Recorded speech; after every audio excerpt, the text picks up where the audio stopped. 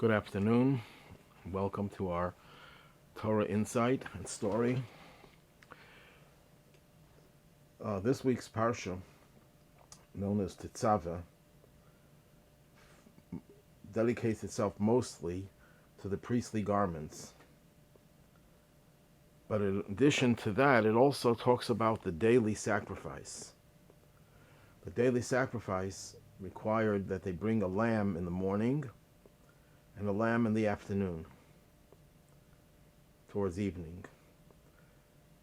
And the way the Torah describes it here and in other places is that this is called Shnayim Liyom Tamid, two offerings of the day. Tamid means constantly. The word Tamid is translated as constant, but it also has different applications. Certain things that are called Tamid means literally, continuously, without any interruption. Like the lechem hapanim, the bread that was on the table in the temple, was put on the temple on Shabbos, as they would remove last week's that was on the table for a week, and that was distributed to the Kohanim. They would eat that bread, and then as they were removing last week's to give to the Kohanim, they were putting a fresh loaves that would stay there for a week. So there was never a point, not even a second, when there was no bread on the table, because the word tamid there means continuously. When the menorah was lit, it also says tamid. It has to be constant, but its constancy was only during the night, me'erev ad boker, from evening to morning. Once the morning came, the menorah didn't have to be lit. Now, Maimonides is of the opinion that they would rekindle it in the morning, but there was an interruption between the night and the day, and they're considered to be separate kindlings. So their tamid means also continuously, but not really continuously, where you would say continually, all night long, and then an interruption would occur, and then, according to Maimonides, they would then light it again for the day. But when it comes to the daily sacrifices, it was one in the morning and one in the afternoon, towards evening. And that was considered to be tamid because it happened every single day, 7 days a week, every single day of the year, including Yom Kippur and so on. So there are two sacrifices that were called tamid. They're called constant. Why are they called constant? Because even though they were only brought in the morning and in the afternoon, their influence had to extend to the whole day and the whole night. Sometimes we do things only once in a while, but the idea is that what we do has to influence and extend itself and inspire the time that follows. For example, we have Passover. Passover is only 7 days a year, outside of Israel 8 days, but its message of liberation has to extend all year round until the next Passover.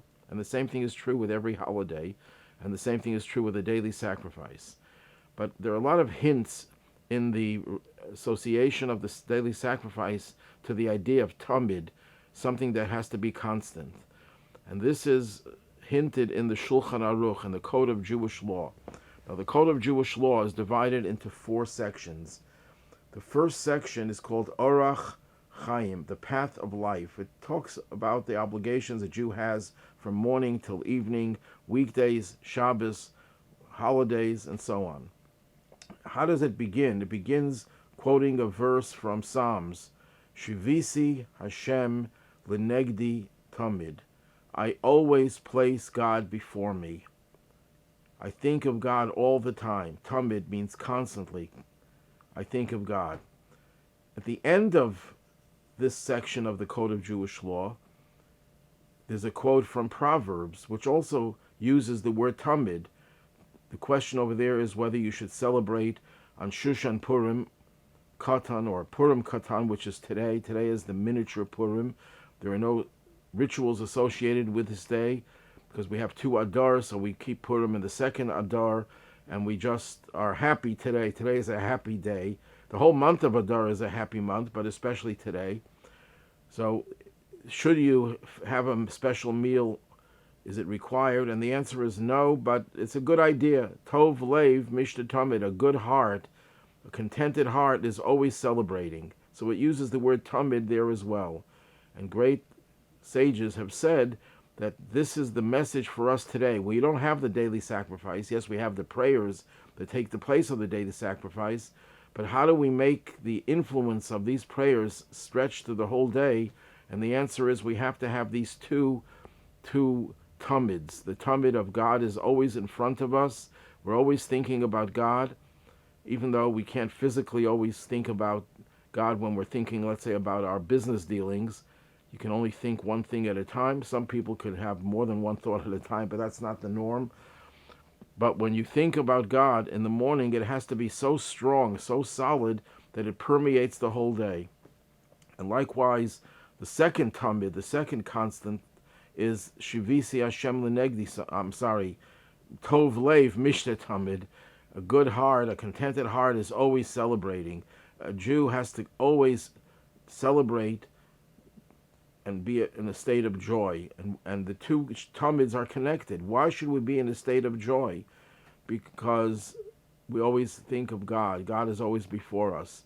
We recognize that everything that happens in this world is orchestrated by God, and that we, by that recognition, have a relationship with Him. And there's nothing more exciting, nothing more enjoyable, nothing more exhilarating than knowing that you have a relationship with your Father in heaven. And so that the first tamid helps to nurture the second tamid. There are those who say, but this is not from Hasidic sources, there's a third verse where it talks about the word tamid. When King David talks about his sin, he says, "V'chatasi negdi samid." My sin is always opposite me. I'm always mindful of the fact that I failed. So some say that should also be kept in your mind all the time. Now, we can't argue with a biblical verse, but if we have to choose between thinking about our sins and rejoicing because we have a relationship with God, the Hasidic approach would certainly favor thinking about our relationship with God and generating joy than thinking about our sins. And even thinking about our sins at all times, which is what King David says, the Alter Rebbe, the first Chabad Rebbe in his classic work, the Tanya, says that it doesn't mean you should always be thinking about your sin. It uses the term negdi. Negdi means opposite me. It should be behind you. It should be in the back of your mind.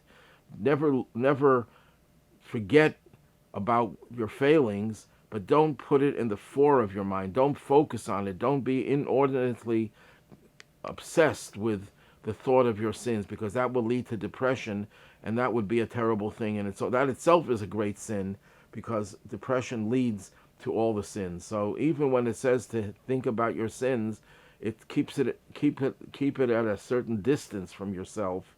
Just don't let, the reason why you have to think about it sometimes is you shouldn't get carried away with your own ego and your own self-importance, so you have to have something that puts you in your place. You shouldn't take yourself too seriously.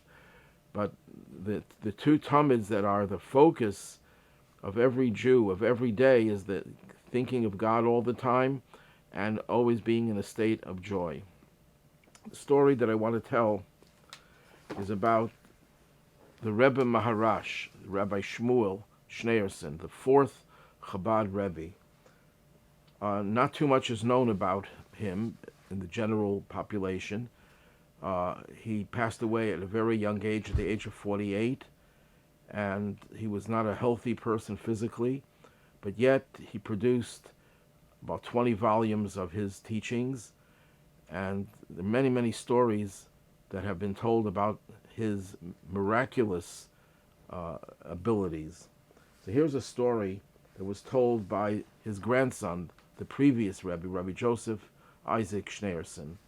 So this is a story that has people who were there, who are aware of what was going on. This is a story in the Vitebsk region in Belarus. There's a town called Batcheikov.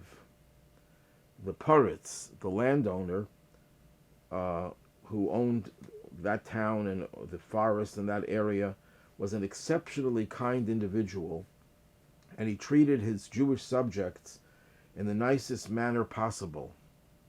He would forgo certain taxes for those who were very poor. He would allow the animals of the rabbi, the shochet, the chazan, the teachers to graze in his fields free of charge. And almost all of the Jews of that town received their livelihood from his vast estates. So this was a great situation. You have the landowner who usually were anti-Semites and oppressed their Jews. This one was exceptionally kind. Unfortunately, the Poritz was of poor health, and he was under the constant care of the renowned Dr. Habenthal, as well as of Professor Bertensen. As he aged, he grew weaker and weaker until he was no longer able to manage his vast estates. Instead, he gave over the supervision to one of his managers. But unlike the Poritz, this manager hated the Jews, and he was further encouraged to deal harshly with them by the new priest that moved to town, who was always agitating that he should make life difficult for the Jews. And that's exactly what happened.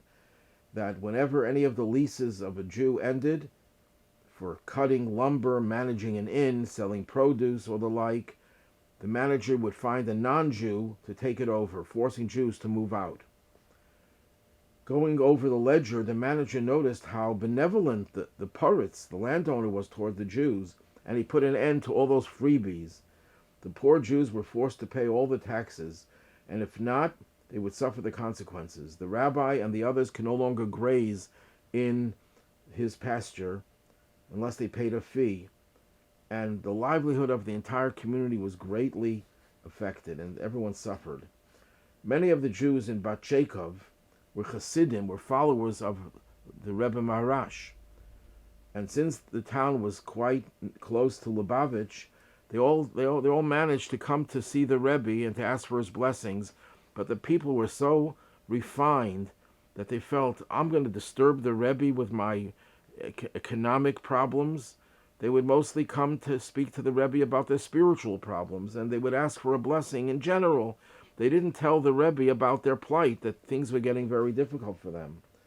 But before the Shavuos of the year 1880, one of the Hasidim of that town, whose name was Rabbi Shmuel, same name as the Rebbe, he came to Lubavitch, respected member of the community, known for his charitable ways, his hospitality, his honesty in his business dealings, and he also was a scholar.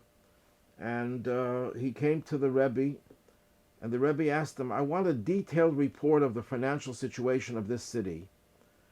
And he replied with a sigh, the situation is actually not that great. He says, although my relationship with the Poritz's estate is still stable, many people lost their leases and are suffering financial setbacks. And the hateful manager, under the influence of the vicious priest, is causing worry to everyone. From day to day, it is affecting us more and more. The Rebbe was very upset. Why in the last 2 years nobody told me about this situation?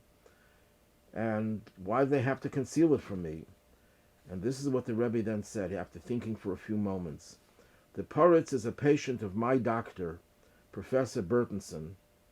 The professor informed me that the Poritz is extremely ill and that his situation is critical. In fact, they gave up on him, and they're trying just to control his pain. So this is what you should do. Go home. The next time you see the Poritz, inform him in my name that I instructed you to give over the following message. And this is the message that he should give the Poritz. I know that you're extremely ill, and the doctors have no hope for your recovery. If you will help the Jews of Bat Shekov and the surrounding villages with their inns and mills that belong to you, Hashem, God, will give you a healthy month of life for every Jewish family you help. Here's a person making that kind of a promise. As soon as Rabbi Shmuel returned to Bat Shekov, he made his way directly to the Poritz's mansion. However, the attendant by the door informed him that he was not feeling well, the Poritz was not feeling well, and that nobody was allowed to visit him, and there are no exceptions. But he had no choice. He had a mission from the Rebbe. So he came to the Poritz's house every day, hoping that eventually he'll succeed in getting the message to him. One day, it was in the summer, the skies were clear and a beautiful breeze was blowing. This Rabbi Shmuel noticed that the Poritz's wagon was being prepared. Evidently, the doctor felt that some fresh country air would be beneficial for him. So Rabbi Shmuel noticed how the Poritz was being transferred to the wagon while lying in his bed, and seeing how frail the Poritz was pained him greatly. As the wagon exited the gates, Rabbi Shmuel approached and expressed his wishes that the Poritz be well. Noticing Rabbi Shmuel, the Poritz instructed he join him on the excursion. Seizing the opportunity, Rabbi Shmuel relayed the Rebbe's message that every family he helps will give him an extra month of life. The Poritz heard about the Rebbe's greatness from his doctors and others, was elated. In a weak voice, he instructed Rabbi Shmuel to make a list of all the Jewish families about Jacob, as well as all of his inns and rivers and fields and forests that belonged to him in Bat-Jacob and in other villages, adjoining villages. I want you or your representative to work out which opportunity is appropriate for which family. You were then to personally hand the list over to me. All this should be done secretly. Rabbi Shmuel immediately set out and prepared a list as he had requested. The list included over 160 families in Bat-Jacob itself, with a dozen more in the outlying settlements. The Poritz immediately signed over all these leases to Jewish families, and he miraculously became healthy. Now you have to estimate over here that 160 plus, you're talking about a month, so that's at least 15 years of life. Out of appreciation to the Rebbe Maharash, the Poritz instructed Reb Shmuel to cut a lulav and some nice hadassim, myrtles that we use for the holiday of Sukkot, and deliver them to the Rebbe for Sukkot. 14 years later, Reb Shmuel arrived in Lubavitch in the middle of the month of Av, and after being greeted by various Hasidim and the previous Rebbe who had turned 14, he noticed the perplexed expression on their faces. Why did they come here to town? Rabbi Shmuel told him the story and says the Poritz is now very old. From that summer day until recently he was as healthy as can be. Not once did he experience any type of pain or sickness. Last week, however, the Poritz began feeling weak. He sent for me and instructed me to immediately go to the gravesite of the Rebbe Maharash. And he told to inform the Rebbe that the Poritz is feeling weak, and he wants to remind the Rebbe of his promise of a month per family. Accordingly, based on his calculations, he still has an additional year and 7 months to live, and the Rebbe should fulfill his promise. That's the end of the story. We have to assume that he did live that extra year and 7 months. This is an incredible story about the Rebbe Maharash.